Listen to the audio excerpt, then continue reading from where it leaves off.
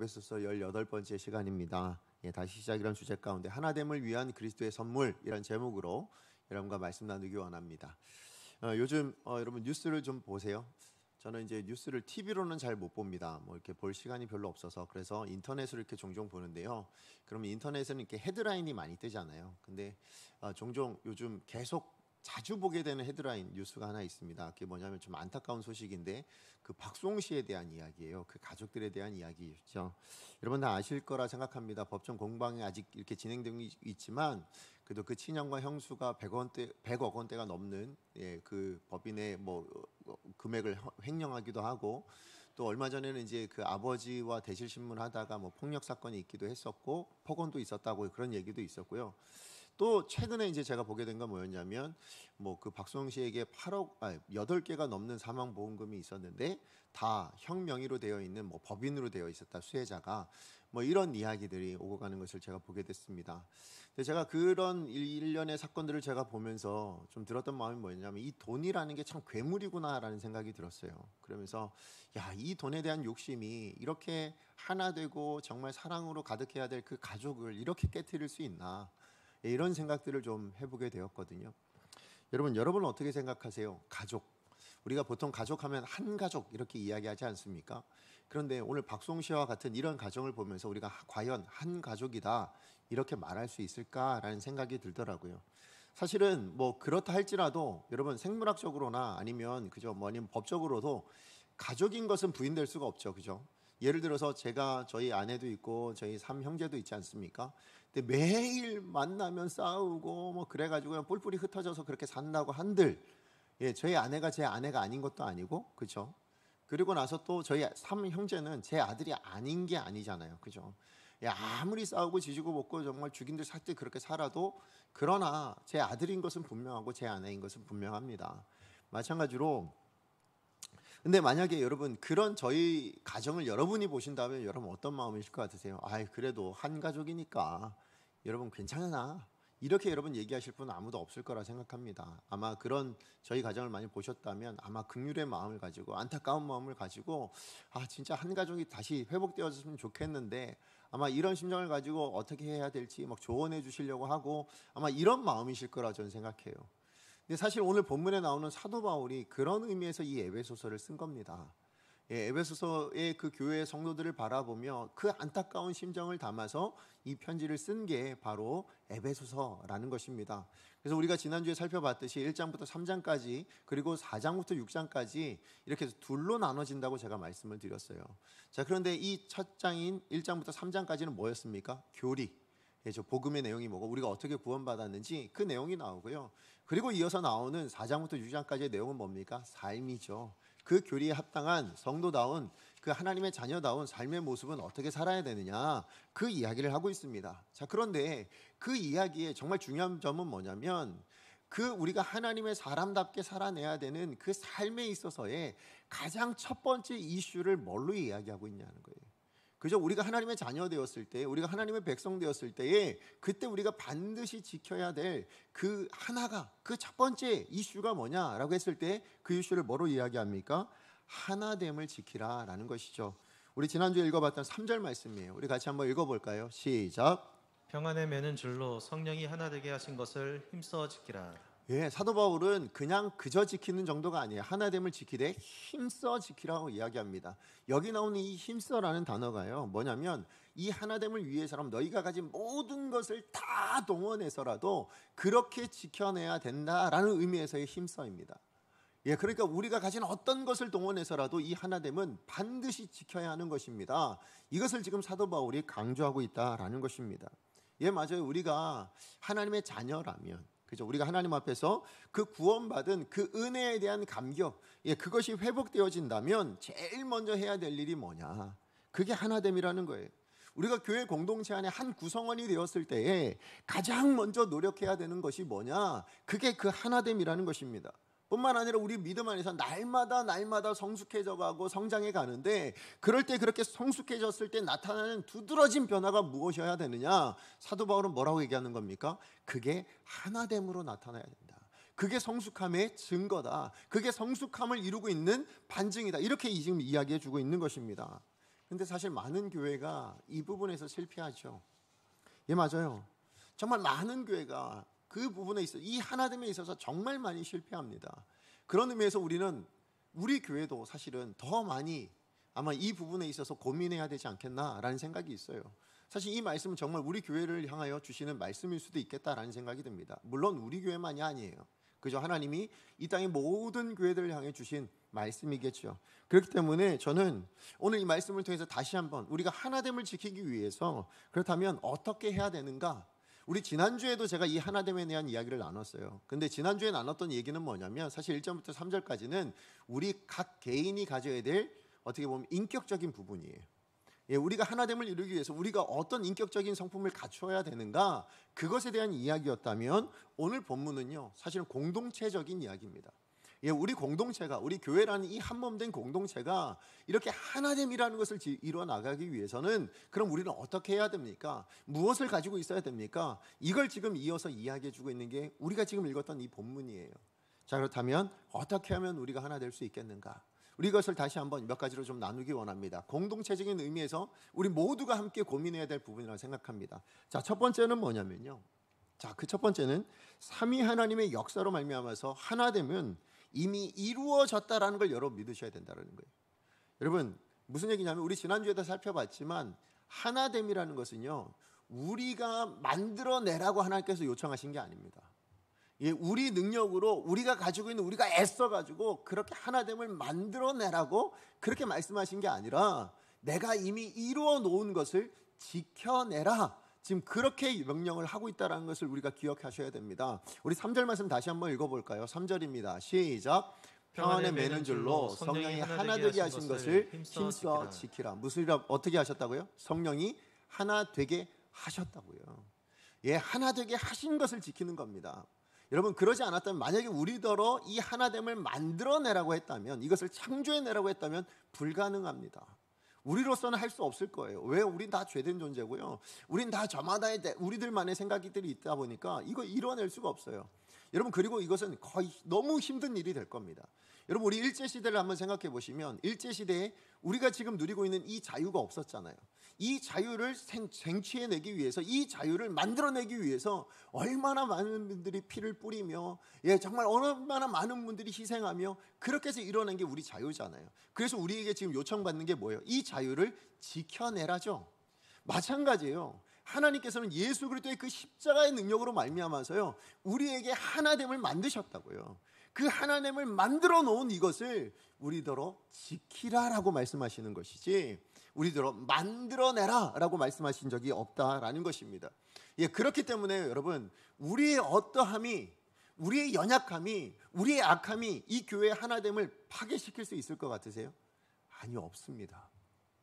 그럴 수 없어요. 왜냐? 오늘 사도 바울은 이 하나됨에 대한 근거를 또한 분명히 우리 가운데 이야기해 주고 있는데 우리 4절부터 6절까지 우리 같이 한번 읽어보겠습니다. 시작. 몸이 하나요 성령도 한 분이시니 이와 같이 너희가 부르심의 한 소망 안에서 부르심을 받았느니라. 주도 한 분이시요 믿음도 하나요 세례도 하나요 하나님도 한 분이시니 곧 만유의 아버지시라. 만유에 계시고 만유를 통일하시고 만유 가운데 계시도다. 아멘. 여러분 오늘 여기 있는 내용을 보시면 하나됨의 근거가 뭐냐라는 것을 강조하면서 특별히 강조하는 단어가 하나 나와요. 여러분 여기 이 세 절 안에요 7번에 걸쳐서 나오는 단어가 하나 있습니다. 그게 뭘까요? 하나예요. 하나. 여러분 성경에서 강조는 뭐라고요? 반복은 뭐예요? 강조죠. 그죠? 강조하기 위해서요. 그러니까 지금 사도 바울이 얼마나 이것에 대해서 마음을 깊이 쓰고 있고 얼마나 이것에 대해서 애쓰고 있는지 보이십니까? 자, 그런데 여기에 보면 사도 바울이 이렇게 이야기할 수 있는 이유가 어디냐면 사도 바울 개인적인 생각이 아니라는 겁니다. 무슨 얘기냐면 이 하나됨은 우리 사람이 만들어낸 것도 아니고 사람 때문에 이루어진 것도 아니고 오직 하나님 때문인데 그 하나님의 어떠하심 때문이냐? 삼위 하나님의 하나이기 때문. 예, 삼위 하나님이 하나이시기 때문에 교회도 하나다, 그 얘기하고 있어요. 그래서 여러분 여기에 7번 나오는데요 그 7번 중에 3번의 하나됨이 누구를 이야기합니까? 하나님의 하나됨을 이야기합니다. 그리고 그 하나님의 하나됨 때문에 이루어지는 그 공동체의 하나됨, 우리 교회의 하나됨이 4번 이야기되는 거예요. 그래서 여러분 보시면 첫 번째가 뭐가 됩니까? 4절 말씀해 보니까 성령도 한 분이라고 얘기합니다. 여기 보시면 성령도예요. 성령도 한 분이시기 때문에 뭐예요? 우리 몸도 하나다. 그렇게 지금 4절에서 이야기합니다. 그리고 또 뭐예요? 소망도 한 소망을 갖게 된다. 여러 소망이 아니라 하나의 소망을 갖게 된다. 그렇게 이야기합니다. 또 5절에서는 또 뭐라고 얘기합니까? 주도 한 분이에요. 여기서도 주도 한 분입니다. 여기 나오는 주가 누굴까요? 예수 그리스도를 이야기하시죠. 예수 그리스도가 한 분이시기 때문에 믿음이 하나가 되고 세례도 하나가 된다. 그렇게 이야기를 하고 있습니다. 뿐만 아니라 마지막 6절에는 뭐라고 얘기합니까? 하나님도, 성부 하나님도 한 분이시기 때문에 뭐예요? 만유의 아버지로서 만유가 어떻게 된대요? 통일되어진다라고 그렇게 말씀하고 있습니다. 자, 그러니까 여러분, 우리 삼위 하나님의, 우리 교회의 하나됨은요, 어디에 근거하고 있어요? 삼위일체에 근거하고 있다라는 거예요. 삼위일체 대신 하나님의 하나되심에 근거되어지고 있다. 그래서 유명한 신학자인 우리 존 스토트 목사님은요, 이 4절과 6절을 이렇게 강의하시면서 마지막에 이렇게 요약을 하셨어요. 뭐라고 하셨냐면, 삼위일체야말로 비로소 교회가 통일되어지는, 하나 되어지는 유일한 근거다라고 이야기하면서 그렇게 이야기했어요. 제가 읽어드릴게요. 단 한 분뿐인 아버지, 아들, 성령이 계시기 때문에 그리스도의 가족도 단 하나뿐이요, 그리스도인의 믿음, 소망, 세례도 단 하나뿐이요, 그리스도의 몸도 단 하나뿐이다. 하나님을 여러 분으로 만들 수 없듯이 교회도 하나 이상 여러 개로 만들 수 없다. 하나님께서는 한 분뿐이신가? 그렇다면 그분은 단 한 개의 교회만 가지고 계신다. 하나님의 하나됨을 범할 수 없는가? 그렇다면 교회의 하나됨도 마찬가지이다. 교회의 하나됨은 하나님 자신의 하나됨과 마찬가지로 파괴할 수 없다. 신성을 나누는 것이 불가능한 것처럼 교회를 나누는 것도 불가능하다. 맞아요. 교회의 하나됨은 무엇에 근거한다고요? 하나님의 하나되심에 근거하기 때문에 우리가 연약하다고, 우리의 생각이 다르다고 교회를 나눌 수 없다. 그것은 있을 수 없는 이야기다. 그렇게 지금 이야기하고 있는 것입니다. 그런데요, 사실은 교회 안에도 세상적인 생각들이 굉장히 많이 들어오죠. 세상적인 생각들, 무슨 얘기예요? 우리 학연, 지연, 심지어는 어떤 정치적인 색깔들, 이런 것들 가지고요, 서로를 판단합니다. 서로를 비판할 때가 굉장히 많습니다. 그러다 보니까 나뉘어지게 되는 거예요. 여러분, 세상은요, 죄를 가지고 있기 때문에 내 생각이 옳다고 생각하거든요. 그러다 보니까 내가 결정한 거, 내가 따르고 있는 게 그게 옳은 거예요. 그런 생각들이 교회 안에도 들어와서요, 우리 지연, 우리 학연, 아니면 내 정치적인 어떤 생각, 이런 것들로 서로 편을 나누는 일들이 교회 안에서도 일어난다는 거예요. 그런데 우리 솔직하게 더 이야기해 보면, 여러분, 우리 교회 안에도 그런 문제가 있지 않습니까? 우리 교회 안에 몇 년간에 일어났던 수많은 일들로, 이런저런 문제들로 인하여서 우리도 서로 판단하는 일들이 굉장히 많습니다. 그러다 보니까 여러분, 저한테 어떤 분이 오셔서요, 뭐라고 얘기하시냐면, 저 구역 모임을 나가고 싶지 않습니다. 왜냐하면 거기 나가면 저마다 자기 이야기합니다. 교회에 대해서 이런저런 이야기를 합니다. 그래서 저 구역 모임을 가고 싶지 않습니다. 이런 이야기를 저한테 하시는 분들이 있으셨습니다. 아마 진짜 모르긴 몰라도요, 사실 지금 저희 구역 모임이 잘 안 되고 있거든요. 저희 교회가. 코로나 때문이기도 하지만 어쩌면 이것도 진짜 분명한 하나의 이유가 될 수 있다라고 저는 생각을 합니다. 그러나 여러분, 이런 문제들로, 그래서 심지어 어떤 분들은 저한테 뭐라고 얘기하냐면, 이렇게 이런 문제들, 우리 교회 안에 이런 문제들 보면서 교회는 결국 쪼개지지 않겠느냐, 나눠지지 않겠느냐, 이런 얘기까지 하시는 분들을 제가 듣게 되었습니다. 그러나 여러분, 한번 생각해 보세요. 사실 이 문제는요, 우리 교회가 겪고 있는 문제들뿐만 아니라 세상에 만나는 수많은 문제들은요, 우리가 볼 때는 감당할 수 없는 문제고 너무나도 큰 문제가 될 수 있습니다. 그러나 여러분, 하나님의 시각에서 보시면요, 이 문제는 지극히 작은 파편에 불과하지 않겠습니까? 여러분, 하나님의 시각에서 한번 보자고요. 하나님의 시각에서 우리를 바라보실 때 하나님 우리를 뭐로 보고 계실까요? 십자가 안에서 구원받은 한 몸이라고 보시는 거예요. 십자가 예수 그리스도로 말미암아 한 몸 되었고, 한 가족 되었고, 한 지체된 그런 가족이라고, 그런 공동체라고 하나님 그렇게 우리를 보시지 않겠냐는 거예요. 십자가 안에서 발견되는 우리는 저마다 다른 생각을 가지고 있고 저마다 다른 뜻을 가지고 있다 할지라도 십자가 안에서만큼 뭐예요? 우린 다 하나라는 것입니다. 그 십자가로 말미암아 이루어진 공동체가 뭡니까? 이 교회 공동체 아니냐는 거예요. 그렇기 때문에 여러분, 우리는 하나 될 수 없습니다. 이거는 있을 수 없는 얘기예요. 여러분 이것은 부정적인 이야기, 여기에 우리가 매여서는 안 된다는 것입니다. 그 모든 것을 내려놓고요, 오늘 주시는 이 말씀처럼 삼위 하나님의 역사하심으로 인해서 우린 이미 하나 된 사람들이다. 예, 우린 이미 하나님께서 하나로 만들어 주셨다. 주 안에서 우리는 한 몸이고 한 지체이고 한 가족이다. 그러므로 그 어떤 것도 우리의 하나됨을 깨트릴 수 없다. 그 어떤 사람도 이 하나됨을 망가뜨릴 수 없다. 이것을 우리가 선포할 수 있어야 돼요. 우리 공동체를 향해서, 여러분을 향하여서 우리 스스로에게 여러분 이것을 선포할 수 있어야 된다라는 것이죠. 우리가 만든 게 아닙니다. 누가 만드셨다고요? 하나님이 이미 만드신 것을 우리로 지키라고 말씀하신 거예요. 자, 그런가 하면 이 하나됨을 지키기 위해서 그럼 우리는 어떻게 해야 되는가? 자, 두 번째는 뭐냐면요, 이 하나됨을 이루기 위해서 우리가 함께 바라볼 수 있는 꿈이 있어야 된다라는 거예요. 우리 4절 말씀 같이 한번 읽어봅니다. 시작. 몸이 하나요 성령도 한 분이시니 이와 같이 너희가 부르심의 한 소망 안에서 부르심을 받았느니라. 여러분 오늘 본문의 말씀에 보면 하나님께서는 우리로 뭐라고 부르시냐면 내가 부른 사람이라고 얘기하시죠. 예, 하나님의 부르심에 따라 오늘 이 자리에 우리가 이 자리에 있습니다. 여러분 믿으세요? 예, 우리 모두는 다 하나님의 부르심을 받은 사람이에요. 자, 그렇다면 하나님 왜 부르셨느냐? 이게 중요하죠. 하나님 왜 부르셨다고요? 왜 부르셨습니까? 한 소망이 있으셔서. 예, 그래서 부르셨다고 이야기하고 있어요. 우리 부르신 자들을 향한 하나님의 소망이 있으시대요. 다르게 이야기하면 하나님의 꿈이 있기 때문에 그래서 우리를 부르셨다, 그렇게 지금 말씀하고 있는 것입니다. 예, 맞아요. 여러분 하나님이 우리를 향해 꿈이 있어요. 그리고 우리는 그 꿈을 향해 걸어갈 때 비로소 뭐가 돼요? 하나 될 수 있는 거예요. 예, 그 꿈을 바라보고 함께 걸어가는 것이 하나됨의 좋은 도구가 된다라는 것입니다. 무슨 얘기냐?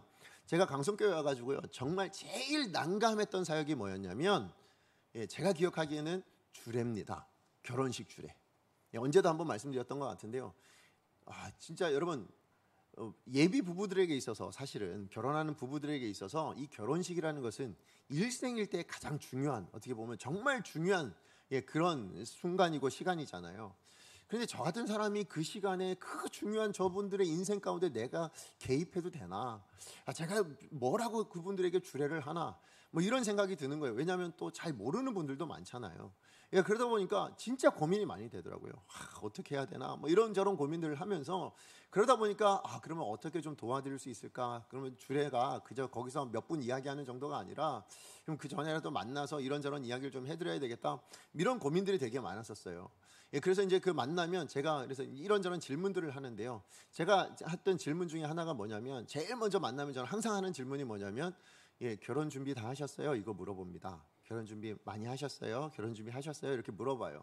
그러면 다 예비 부부들 거의 10에 9 정도는 뭐라고 얘기하냐면, 예, 저희 준비 거의 다 맞춰가고 있습니다. 뭐 조금 이렇게 남았지만 그래도 준비는 다 했습니다. 이렇게 이야기를 합니다. 예, 맞아요. 정말 열심히 준비해 오셔서 아마 그렇게 다 준비된 걸로 알고 있습니다. 그런데 대부분, 그러면 결혼 준비를 잘 하셨냐고 물어보면 대부분 뭘 준비했다고 얘기하는 걸까요? 결혼식을 준비했다고 얘기하시더라고요. 예, 맞아요. 결혼 준비라는 것이 사실 결혼식은 아니잖아요. 그렇잖아요. 여러분 결혼식은요, 한번 생각해 보시면 결혼 생활에 있어서의 하루입니다. 사실 하루라고 이야기하지도 않아요. 뭐예요? 1시간도 채 안 걸리는 시간이에요. 그렇잖아요. 그게 결혼의 전부는 아니잖아요. 근데 많은 예비 부부들이 거기에 맞춰서 준비를 하더라고요. 그래서 제가 늘 얘기합니다. 만나면, 사실 어저께도 이제 우리 잠시 누굴 만나서 말씀을 드렸는데, 결혼 준비는 결혼식 준비가 아닙니다. 결혼식 이후에 두 분이 함께 걸어가셔야 될 그 삶을 준비하는 게, 그게 결혼 준비입니다. 이렇게 제가 말씀을 드려요. 그리고 나서는 제가 항상 프린트 하나를 드리거든요. 예, 프린트 하나를 드리는데 뭘 드리냐면 가정 비전 선언문을 한번 만들어 보세요. 제가 이렇게 이야기를 합니다. 왜냐하면 여러분, 부부가요, 여러분 어떻게 하나 될 수 있겠느냐? 여러분 한번 생각해 보세요. 부부가 매일 마주보고 살면 행복할까요? 어떻게 생각하세요? 아닐 겁니다. 왜 그럴까요? 마주보면 마주볼수록 단점만 보입니다. 이게 결혼하기 전에는 그 다른 것들도 다 장점으로 보였거든요. 근데 이제 그 다른 게 이제는 단점이 되기 시작합니다. 결혼하고 나면 다 단점이 돼요. 왜요? 콩깍지가 다 벗겨지거든요. 예, 그러고 나면 저것도 싫고 이것도 싫고, 그 결혼 전에 왜 저렇게 좋아 보였는지 모르겠는데, 이제는 막 이것도 싫고 그렇게 되거든요. 맞아요. 여러분, 정말 우리가 부부가 한 평생을 동행하는 것이라고 이야기한다면 마주보고는 동행할 수가 없어요. 그렇잖아요. 마주보고 어떻게 동행합니까? 예, 그러니까 정말 좋은 방법은 뭡니까? 같은 곳을 보고 걸어가는 게, 그게 진짜 아름답게 그렇게 걸어가는 거예요. 물론 때때로 이렇게 마주보는 것도 필요하겠지만, 그러나 평생을 매일매일 마주보며 그렇게는 살아갈 수 없어요. 여러분, 두 사람이 걸어갈 때도 마찬가지 아닙니까? 자, 그러니까 여러분, 정말로 부부가 온전하게 건강하게 아름답게 하나 되어져 가는 그런 가정 만들고 원한다면, 한 곳을 바라보는, 같은 꿈을 꾸고 같은 곳을 바라보는 그것이 필요하다. 그래서 제가 비전 선언문이라는 걸 줘요. 그래서 그 비전 선언문을 한번 작성해 보세요. 그래서 그게 꼭 뭐든 먼 기간이 아니셔도 됩니다. 뭐 5년, 10년 그때를 꿈꾸시면서 그렇게 같이 꿈을 꾸고, 그래서 같이 걸어가시면 때로 힘들고 어려워도 그것도 추억이 되고, 예, 그것도 같이 기쁨이 된다. 그걸 제가 이야기하거든요. 저는 교회도 마찬가지라고 생각합니다. 가정만이 그런 게 아니에요. 여러분, 우리 교회 공동체 여러분 한번 보세요. 우리 다 저마다의 부족함들이 다 있습니다. 저마다의 연약함들이 다 있어요. 여러분 다 마음에 드세요? 다 마음에 드는 분들만 이 자리에 모여 있습니까? 그러지 않습니다. 우린 다 각각의 생각이 다르고 다 각각이 추구하는 것들이 다 다릅니다. 그런데 어떻게 우리가 하나 될 수 있느냐? 왜요? 오늘 본문 말씀을 보니까 하나님께서 이 하나됨을 통하여서 왜 부르셨느냐? 한 곳 바라보고 가라고요. 하나님 주신 그 꿈을 들고 그 꿈을 향하여 걸어가는 인생이 될 때 온전한 하나됨을 이루어갈 수 있다. 그렇게 말씀하시는 거예요. 예, 맞아요. 저희 강성교회도요. 어떻게 하나 되어질 수 있을까요? 어떻게 우리가 한 곳을 향하여 건강하게 아름답게 자라갈 수 있을까요? 꿈을 바라볼 때라는 거예요. 그래서 저도 꿈이 있습니다. 제가 이곳에 오면서 저는 꿈을 꿨는데, 제가 우리 장로님들과 이야기했던 부분이 있어요. 그때 청빙위원들, 제가 여기서 계획하고 이야기한 거요, 저보고 목회계획서 내라 했거든요. 근데 제가 뭐라고 거기다 써놨냐면, 제가 지금 여기서 목회계획을 아무리 짜봤자 강성교회 안 됩니다. 왜냐하면 제가 강성교회를 모르는데. 그래서 제가 뭐라고 말씀드렸냐면, 제가 우리 장로님들과 함께, 우리 성도님들과 함께 꿈을 만들어 갔으면 좋겠습니다. 앞으로 우리 강성교회가 어떻게 되어질지를 함께 고민하고, 그래서 함께 그것을 이루어가는, 그렇게 만들어갔으면 좋겠습니다. 이게 제 계획입니다 하고 제가 썼어요. 여러분, 저는 그게 지금도 제 꿈입니다. 오늘 계신 이 자리에 계신 우리 모든 성도님들과 저는 우리 강성교회가 어떤 교회가 되었으면 좋겠는지, 예, 어떤 교회로 자라가야 될지, 하나님이 우리 교회를 향한 꿈이 무엇인지, 소망이 무엇인지를 같이 나누고, 그래서 그것을 향해 함께 자라갈 수 있는 그런 공동체가 되었으면 좋겠습니다. 저는 그걸 꿈꿉니다. 예, 그래서 여러분 함께 응원해 주시고, 여러분 우리 강성교회 이렇게 되었으면 좋겠어요, 저렇게 되었으면 좋겠어요. 맞아요. 그런 꿈들이 모여서 하나됨을 만들어가는 거 아닙니까?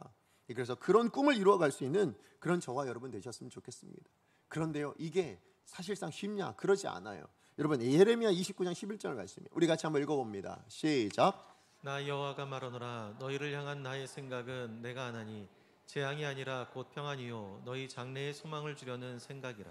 예, 무슨 얘기냐면, 여러분 지금 눈에 보이는 현실, 이 예레미야가 지금 이야기하는 게 뭐냐면, 눈에 보이는 현실은 재앙이라는 거예요. 문제투성이라는 거예요. 이거 봐서는 도무지 해결될 수 없는 상황이라는 거예요. 지금 우리가 봐도 그러지 않습니까? 우리 가운데 나도 문제가 있고 우리 교회도 문제가 있고, 진짜 하나 될 수 있을까요? 정말 꿈을 향해서 그렇게 걸어갈 수 있을까요? 저마다 생각들이 다 다른데 이렇게 해서 우리가 어떻게 하나 되겠습니까? 이런 마음들 생기잖아요. 그런데 한번 보세요. 상황은 그렇다 할지라도 우리를 향한 하나님 아버지의 계획하시면 다르시대요.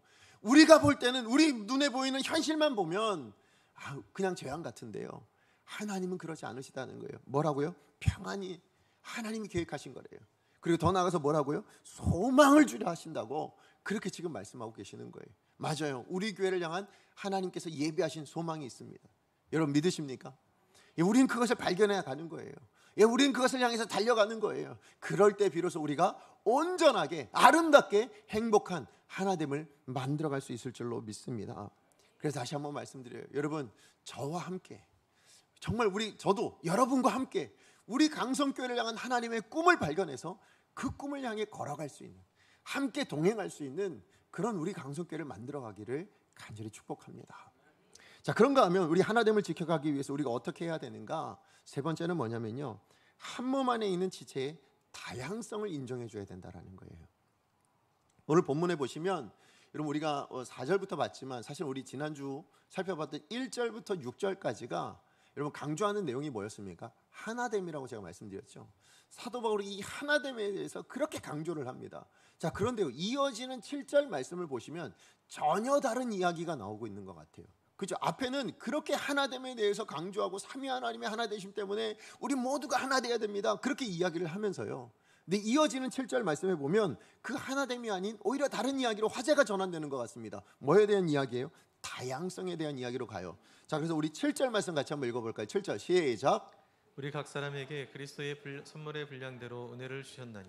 예, 갑자기 뭘로 가요? 하나가 아니라 이제 각 사람이에요. 우리 각 사람에게 그리스도의 분량 선물을 주셨다, 그렇게 얘기합니다. 예, 맞아요. 우리 여기 있는 우리 모두에게 하나님께서 선물을 주셨대요. 그럼 무슨 선물이냐? 그 선물이 무슨 선물일까요? 그게 11절이에요. 우리 11절 말씀 읽어봅니다. 시작. 그가 어떤 사람은 사도로, 어떤 사람은 선지자로, 어떤 사람은 복음 전하는 자로, 어떤 사람은 목사와 교사로 삼으셨으니. 네, 다양한 은사를 주셨다는 거예요. 그게 선물이라고 얘기합니다. 다양한 은사를 받은 사람, 그 사람이 바로 선물이라고 그렇게 이야기를 하고 있는 겁니다. 자, 그런데 오늘 본문에 시작했던 그 7절이요.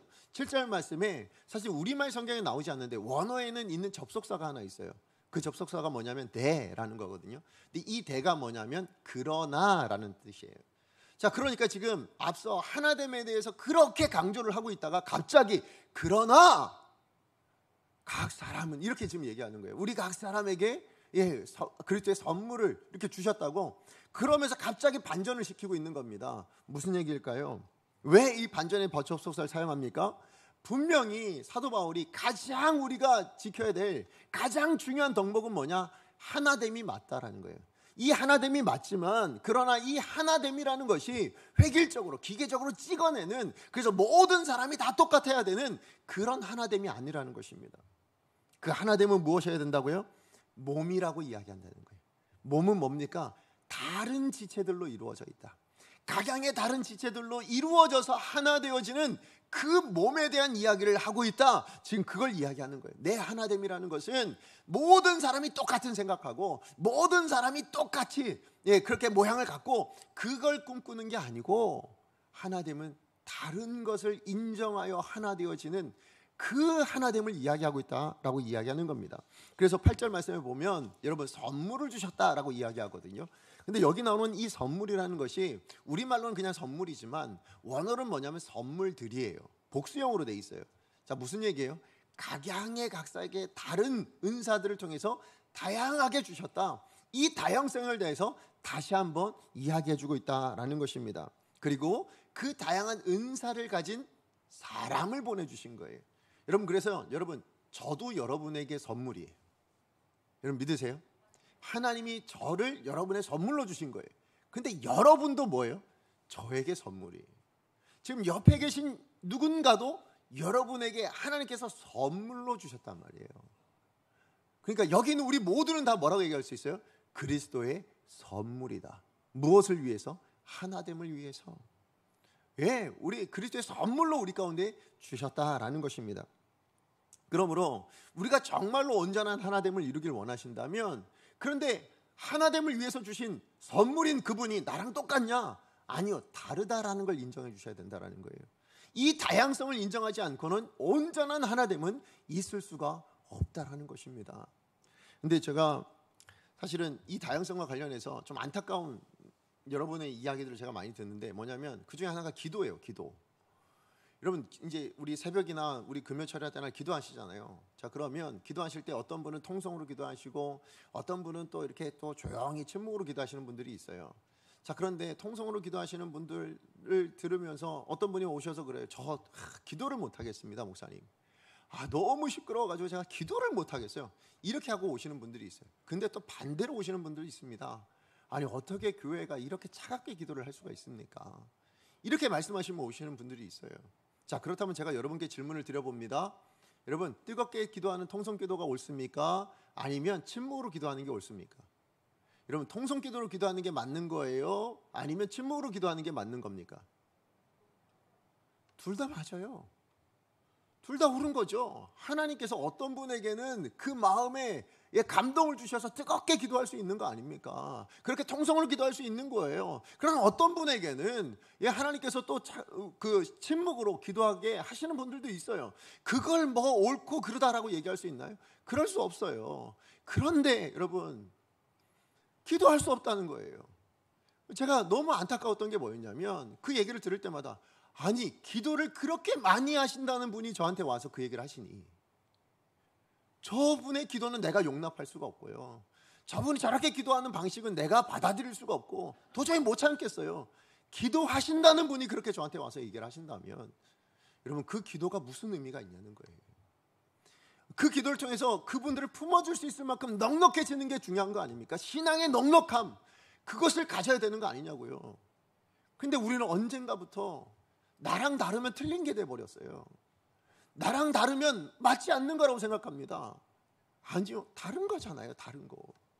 근데 우린 그걸 인정하지 못하고, 그것에 대해서, 물론 그래서 그분들이 그러고 나서 뭐였냐면 스스로 잘 배려해 주셨어요. 그래서 뭐냐면, 그럼 제가 내려갈게요, 뭐 이러시면서 이제 기도 저기를 하긴 했지만, 그래도 여러분 다른 거는 다름으로 인정해 주셔야 돼요. 그렇잖아요. 기도만큼이나 다양하게 기도할 수 있는 거잖아요. 그걸 누가 옳고 그르다고 얘기할 수 있습니까? 기도의 방식 옳고 그름이 어디 있습니까? 기도는 기도 그 자체로 중요한 거예요. 기도는 그 자체로 선한 거예요. 기도는 그 자체로 하나님의 선물이에요. 그런데 참 안타까운 건 바로 이 하나님의 선물, 이 선한 것을 가지고도 사단의 도구로 사용되어질 수 있다는 거 참 안타깝지 않아요? 그렇잖아요. 이 분리, 나뉘어짐의 도구로 사용되고 있다는 게 얼마나 안타깝냐라는 것입니다. 그러므로 여러분, 우리 다른 사람들에 대해서 우리가 이거 정말 기억하셨으면 좋겠어요. 여러분 뭘 기억하시냐? 우리 한번 따라 하실래요? 다른 것은 다른 것이다.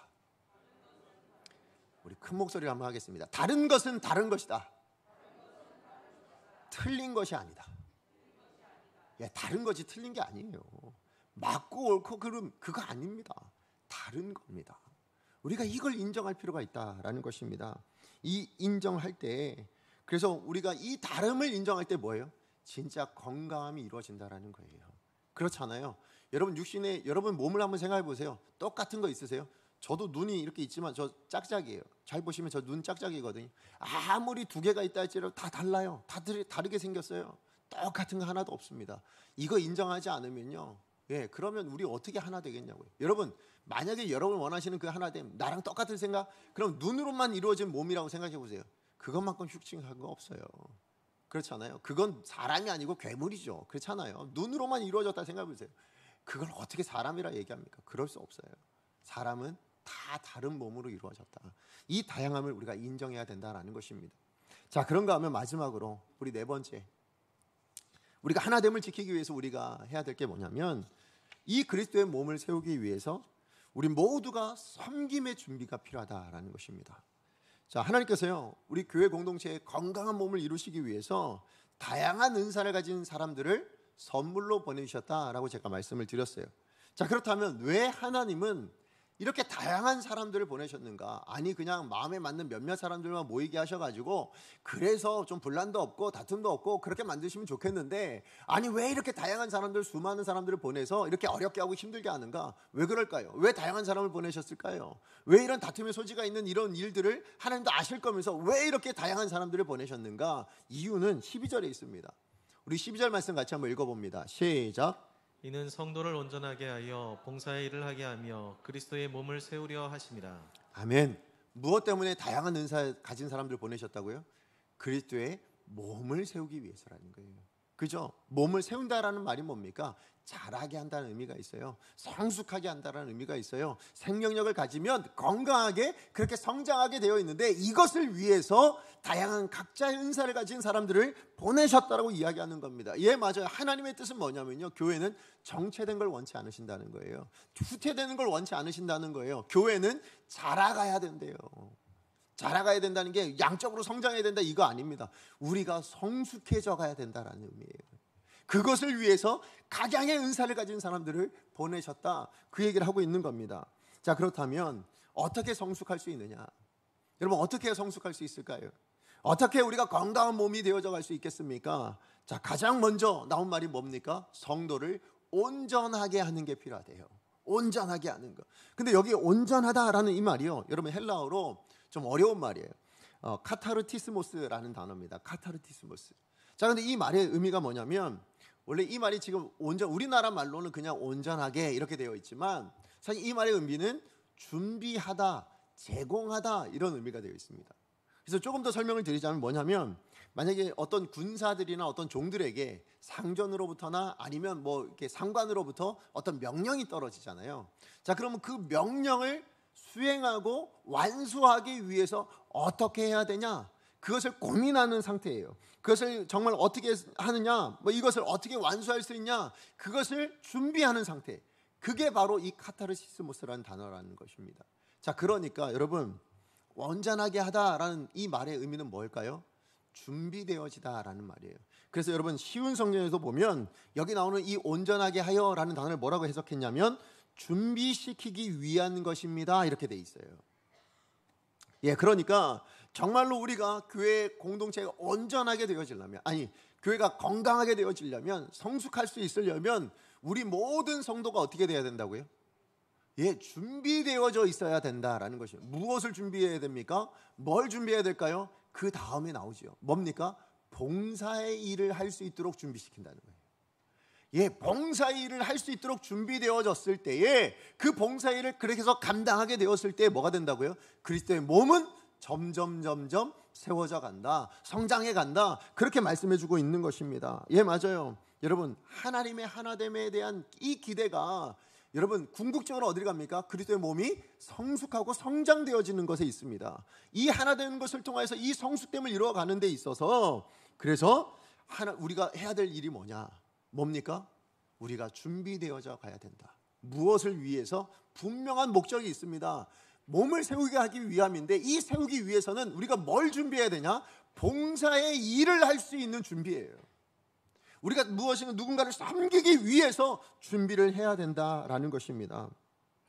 그런데 사실은 많은 교회가요, 문제가 일어나는 이유는 뭐냐면 이 순서를 지키지 않기 때문이에요. 무슨 얘기냐면, 사실은 이제 우리 교회 납득은 다 되고 이해는 돼요. 무슨 얘기냐, 여러분 교회에 사람이 필요하잖아요. 그죠? 일꾼이 별로 없잖아요. 그러다 보니까 성도로서 준비되지 않은, 어떤 봉사일을 하기에 준비되지 않은 사람을 선뜻 세울 때가 있습니다. 그래서 직분자를 세우기도 하고 아니면 봉사자로 세우기도 하고 그런 일들이 있어요. 또 때로는 어느 성도가 교회로 왔는데 이 성도가 교회 출석을 좀 잘 못하고 신앙생활 잘 못할 것 같으니까 뭐예요? 봉사라도 세워놓으면, 예, 맞아요. 그렇게 해서 봉사의 신앙이 또 잘하기도 하잖아요. 그러니까 그렇게 세울 때가 많아요. 자, 그런데 그렇게 세워놨을 때 생기는 문제가 뭘까요? 그렇게 해서 직분을 받은 사람들이 늘어나게 될 때, 그렇게 해서 봉사자로 세워졌을 때 문제는 뭐냐? 그 봉사를 섬기는, 아니면 그 직분으로 인해서 섬기는 자리에 있는 그 섬김을 받는 사람들이 상처받을 때가 그렇게 많다는 거예요. 근데 또 그것이 그 봉사를 받는 사람만 상처받냐? 아니요, 반대도 있습니다. 뭐예요? 내가 준비되지 않고 내가 그렇게 되어 있지 않으니까 뭐예요? 나도 상처를 받아요. 섬기다 보니까 그 섬김을 받는 사람들의 모습과 어떤 행동들을 보고 섬기고 있는 내가 상처받는 거예요. 그래서 뭐예요? 나 이제 안 해. 나 성가대 안 할래. 아니면 나 봉사 안 할래. 이렇게 되시는 분들이 많더라는 것입니다. 왜요? 준비되지 않고 그렇게 진행되어졌기 때문이라는 것이에요. 사실 여러분, 목사도 마찬가지 아닙니까? 만약에 제가 그냥 신학과를 졸업하고요, 그래서 목사고시 보고요, 그렇게 해서 시간이 지나서 제가 목사가 되어서 아무런 준비도 하지 않고 그렇게 섬긴다면 제가 제대로 섬길 수 있을까요? 그럴 수 없죠. 그럴 수 없잖아요. 저도 영적인 준비를 해야 됩니다. 제가 완벽한가요? 제가 목사가 되면 모든 준비가 다 끝난 겁니까? 그렇지 않아요. 저는 여전히 어렵습니다. 제일 어려운 게 뭔지 아세요? 설교 준비예요. 저는 일주일 동안 설교 준비하는데 그게 그렇게 어려워요. 말씀을 알면 알수록 더 어려워요. 어떻게 전해야 될지, 어떻게 더 나눠야 될지, 이거에 대한 고민이 너무너무 많이 생기거든요. 예, 맞아요. 저도 날마다 준비하지 않으면, 날마다 준비되어지지 않으면, 또 오늘도 어제보다 더 준비되어지지 않으면 제가 여러분 앞에 어떻게 섬기겠냐고요. 그러므로 여러분, 사실 제가 이 말씀 보면서 저 자신에 대한 고민이 되게 많았어요. 이 말씀으로 누군가 우리 성도님들 이야기가 아니라 저 자신에 대한 반성을 굉장히 많이 했습니다. 저는 과연 그렇게 준비되어져 있는 사람이냐? 왜냐하면 여러분, 오늘 11절 말씀을 보시면 나오는 은사들이 다 뭐예요? 대부분 가르치는 직분들이에요. 그죠? 사도, 아니면 목사, 아니면 또 뭐예요? 복음 증거하는 사람, 다 뭡니까? 가르치는 직분이잖아요. 그죠? 근데 가르치는 직분, 이 직분들을 통해서 뭘 하라고 얘기하냐면 12절을 준비하라는 거예요. 그죠? 그 가르치는 직분들을 통해서 12절을 준비해라 이거예요. 그러니까 목사가 뭘 해야 되냐? 우리 성도들을 준비시키라는 거예요. 그리고 준비시킨 것을 통해서 봉사일을 하도록 만드는 거예요. 그리고 나서 그 봉사를 통해서 이 교회가 건강하게 세워져 가도록 그렇게 만들어 가야 된다. 그게 가르친 자 네가 해야 될 일이야. 지금 그렇게 이야기하시거든요. 근데 과연 제가 강성교회에 와서 오늘 저와 여러분이 제가 이렇게 섬기면서 여러분을 과연 준비시키고 있는가? 그리고 여러분을 그렇게 봉사의 자리로 보내고 있는가? 그리고 그 봉사의 자리를 통해서 우리 강성교회는 과연 건강해져 가고 있는가? 과연 그렇게 제가 감당하고 있는가에 대한 그런 마음이, 그래서 제가 그렇게 저 자신도 그렇게 준비되어져 가고 있는가에 대한 반성을 굉장히 많이 하게 됐습니다. 근데 오늘 여러분에게도 말씀드리고 싶어요. 그게 저만의 준비여야 되냐는 거예요. 저만 준비하면 우리 강성교회는 건강해집니까? 아닙니다. 여러분, 예전에는 어땠는지 몰라도요, 여러분 옛날에 어떤 다른, 그죠? 예전에 우리 선배님들의 교회들은 사실은 목사 중심으로 이렇게 갔는지 몰라도 아니요. 정말 진정한 교회는요, 정말 건강한 교회는 성도님들과 함께 가는 교회 아닙니까? 그죠? 저만 섬기는다고 됩니까? 아니에요. 저만 열심히 하면 됩니까? 아닙니다. 우리 모두가 함께 열심으로 달려갈 수 있어야, 그래야 교회가 건강해지지 않겠냐고요. 그걸 위한 준비가 여러분은 되셨습니까? 여러분은 준비가 되셨냐고요. 그렇기 때문에 저는 오늘 우리 재직들에게 특별히 말씀드리고 싶어요. 여러분 재직이라면 여러분 직분을 왜 주신지 아십니까? 여러분 그 직분이 여러분의 직책이라고 아니면 어떤 직급처럼 준 거 아니에요. 왜 주신지 아십니까? 섬기라고 주신 겁니다. 여러분 평신도란 말도 그러죠. 그냥 성도예요.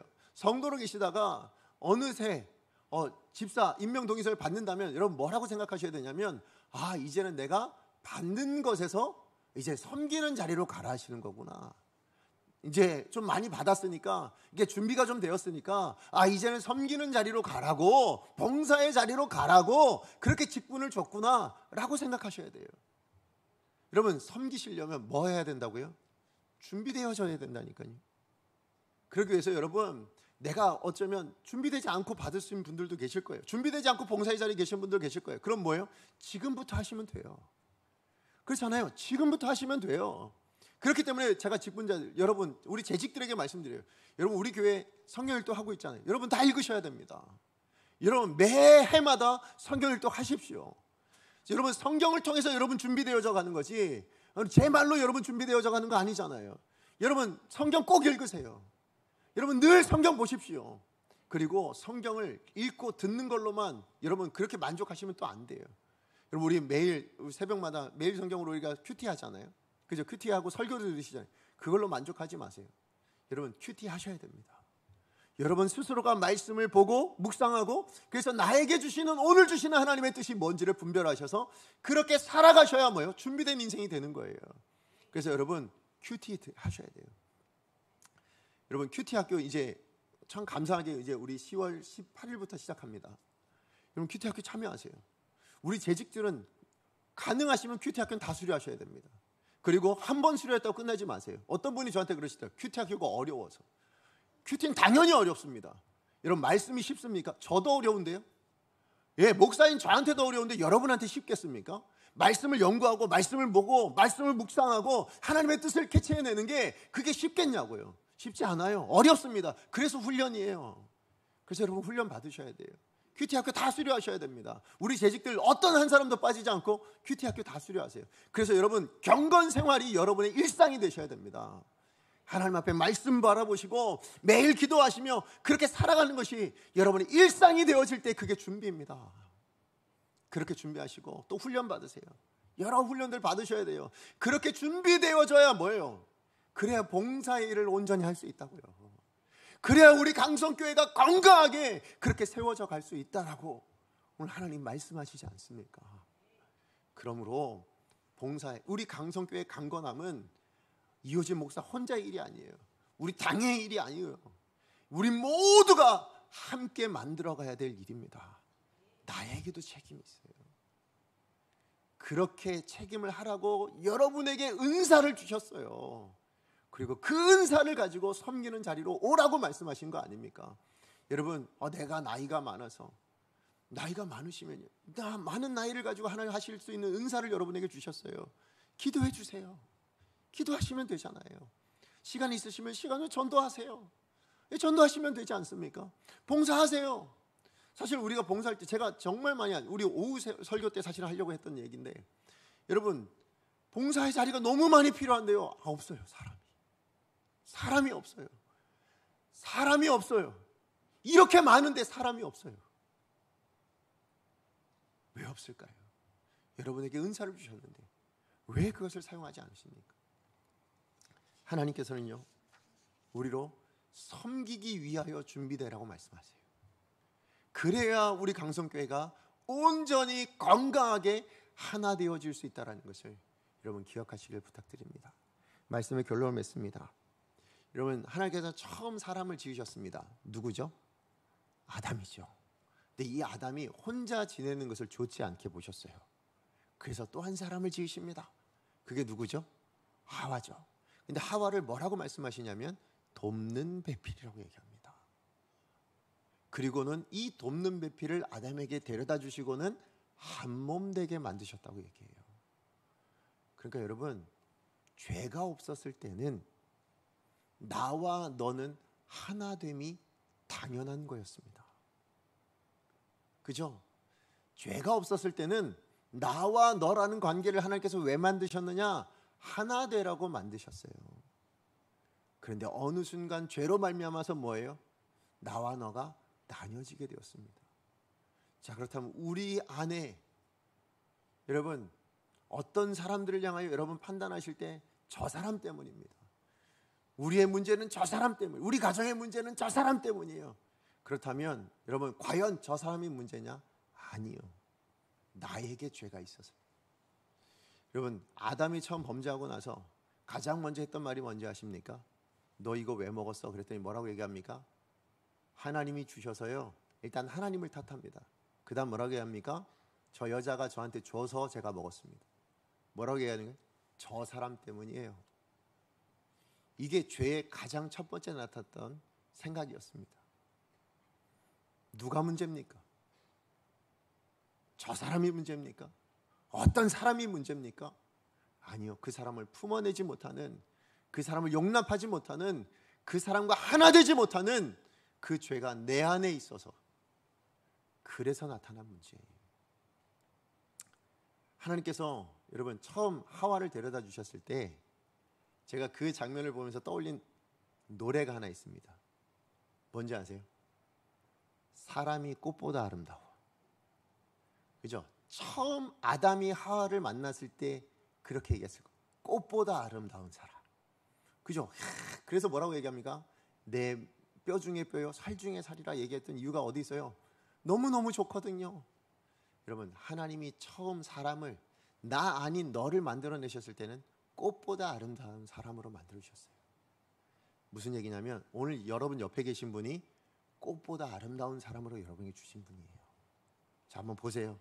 꽃보다 아름답죠? 그죠? 꽃보다 아름답죠? 하나님이 그렇게 여러분에게 주신 사람이에요. 그리스도의 선물로 주신 것이 옆에 계신 여러분들이십니다.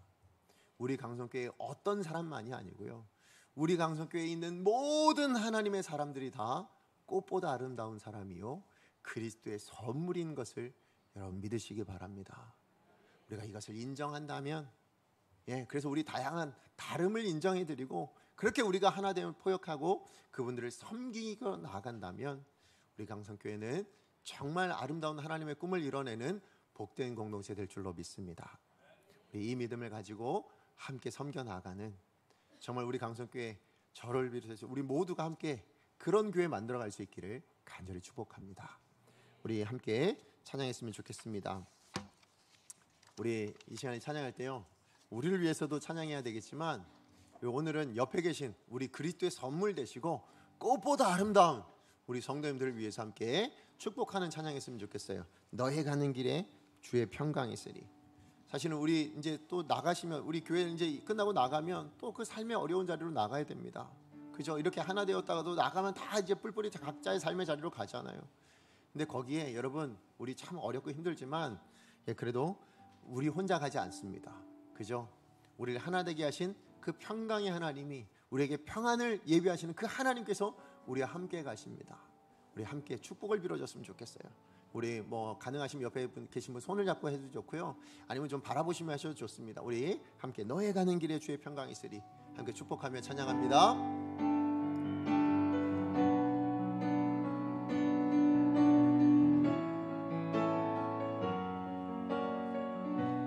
너의 가는 길에, 너의 가는 길에 주의 평강이 있으리. 평강의 왕, 평강의 왕 함께 가시니 너의 걸음걸음, 너의 걸음걸음 주 인도하시리.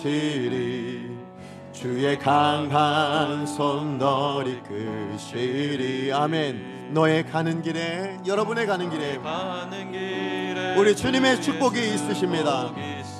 영광의 주 함께 가시기 때문입니다. 우리가 만들어내는 거 아니에요. 주님이 주시는 것입니다. 너의 밟는 땅, 내가 밟는 모든 땅 주님 다스리리. 너는 주의 길 예비케 되리. 주님 나라 위하여 길 떠나는 우리의 삶은 하나님의 나라를 위해 가는 길입니다. 주께서 가라시니, 주께서 가라시니 우린 갑니다. 너는 가라. 누구의 이름으로요? 주의 이름으로. 거칠은 광야 위에 꽃은 피어나고 세상은 내 안에서 주님의 영광 보리라. 강하고 담대하라. 세상에 계신 주 늘 함께 너와 동행하시며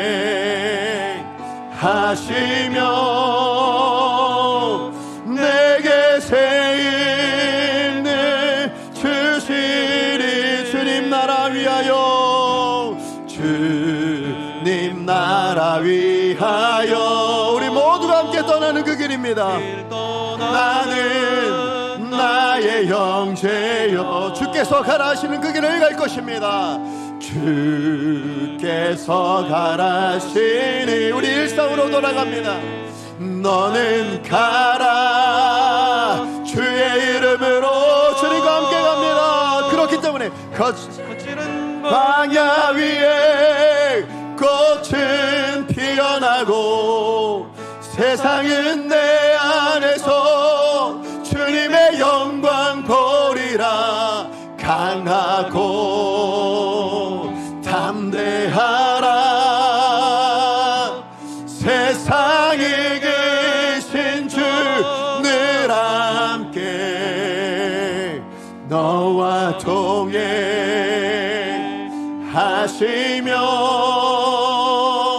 내게 새 힘을. 우리 교회 공동체를 생각하면서, 우리 강성교회 생각하면서 다시 한번 고백합니다. 주님 나라 위하여, 주님 나라 위하여. 우리 교회 공동체입니다. 길 떠나는 우리의 형제들입니다.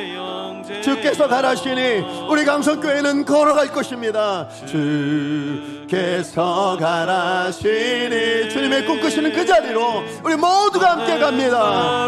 주님의 이름과 함께 갑니다. 그래서 우리 강성교회를 통하여서 하나님 이 어두운 세상 가운데 꽃을 피어내게 될 것입니다. 꽃은 피어 세상 가운데서 하나님의 영광을 선포하는 그런 우리 강성교회 되게 하여 주시옵소서. 우리 모두에게 선포합니다. 강하라, 담대하라. 우리의 모습과 상관없이 하나님이 이기십니다.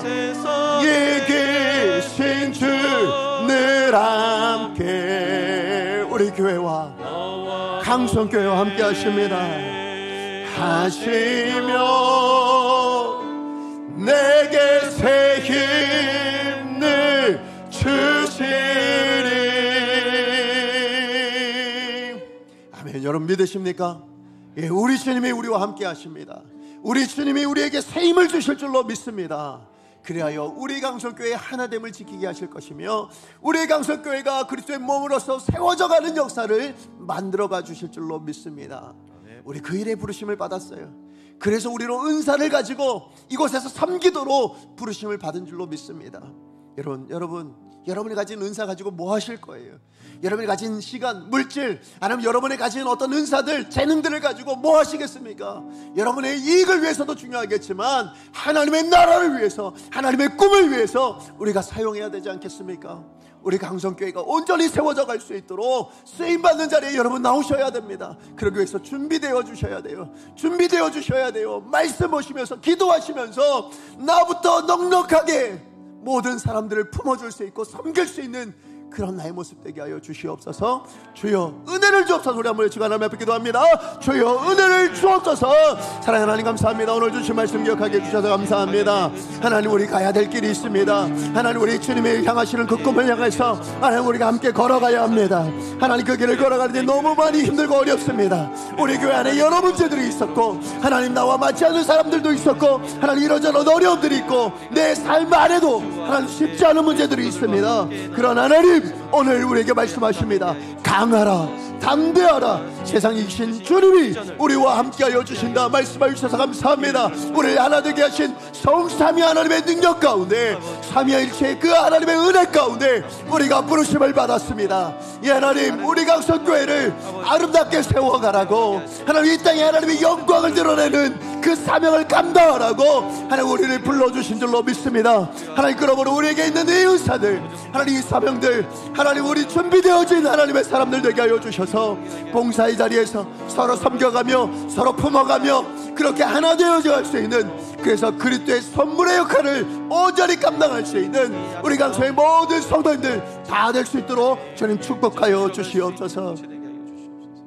사랑하는 하나님 감사합니다. 오늘도 말씀을 통해서 우리를 향한 하나님 아버지의 마음과 그 꿈이 무엇인지를 알게 해주셔서 감사합니다. 하나님 우리를 부르셨습니다. 그리고 그리스도의 몸으로서 이 몸을 아름답게 세워가라고 그렇게 하나님 우리를 하나로 부르셨다고 말씀하셨습니다. 그리고 우리를 부르셨을 때 그냥 부르신 것이 아니라 우리 각 사람마다 하나님의 선물, 은혜를 주셔서 그 은사를 가지고 그렇게 우리 다른 누군가에게 선물로 작동되어지는 정말로 그리스도의 선물로 작동되어지는 그런 사람이 되라고 우리를 부르신 줄로 믿습니다. 하나님 그러므로 우리 강석의 모든 성도님들 오늘 이 자리를 떠날 때 결단하게 하여 주시옵소서. 하나님 저부터 준비된 인생 되기를 원합니다. 하나님 준비되어지기를 원합니다. 그래서 주의 몸을 위해서 봉사하는 자리, 섬기는 자리로 가서 정말 내가 수많은 성도들을 섬겨가며 그래서 하나님이 꿈꾸시는 그 아름다운 공동체, 정말 하나님 꿈꾸시는 그 아름다운 교회를 세워갈 수 있는데 헌신하고 수고할 수 있는 우리가 되게 하여 주시옵소서. 우리 강석의 모든 성도님들마다 이 꿈을 가지고 하나님 세상 가운데 나아가 또 주님과 함께 동행하며 승리할 수 있는 복된 성도님들 다 되게 하여 주시옵소서. 예수님의 이름으로 기도합니다. 아멘.